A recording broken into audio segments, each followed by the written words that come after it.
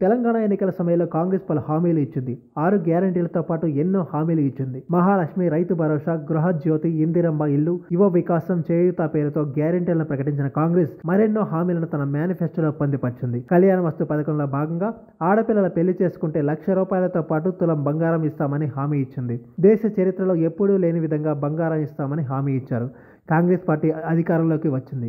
మహిళలు ఇప్పుడు ఈ హామీపై దృష్టి సారిస్తున్నారు. ప్రభుత్వం ఏర్పడి 10 రోజులే కావస్తుంది. 100 రోజుల సమయంలో 6 గ్యారంటీలు అమలు చేస్తామని ప్రభుత్వ పెద్దలు గతంలోనే ప్రకటించారు. 6 గ్యారంటీల్లో భాగమైన మహిళలకు ఉచిత ప్రయాణం, ఆరోగ్యశ్రీ వర్తింపు 10 లక్షలు అమల్లోకి తీసుకొచ్చారు. అయితే కళ్యాణ వస్తు మార్గదర్శకాలు ఇంకా ఖరారు కాలేదు.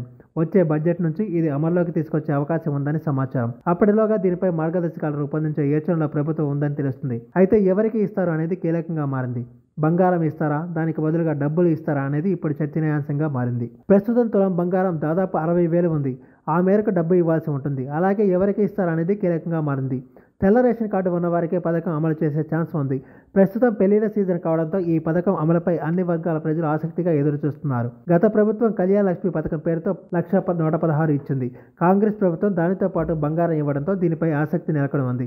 ఎవరికి ఇస్తారు, ఎలా ఇస్తారు అనేది కీలకంగా మారింది.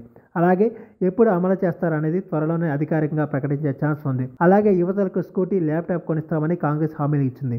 దీనిపై కూడా మార్గదర్శకాలు రూపొందించలేదు. దీనిపై కూడా క్లారిటీ రావాల్సి ఉంది. ఈ వీడియో మీకు నచ్చినట్టయితే లైక్ చేయండి, షేర్ చేయండి, కామెంట్ చేయండి, సబ్స్క్రైబ్ చేయండి.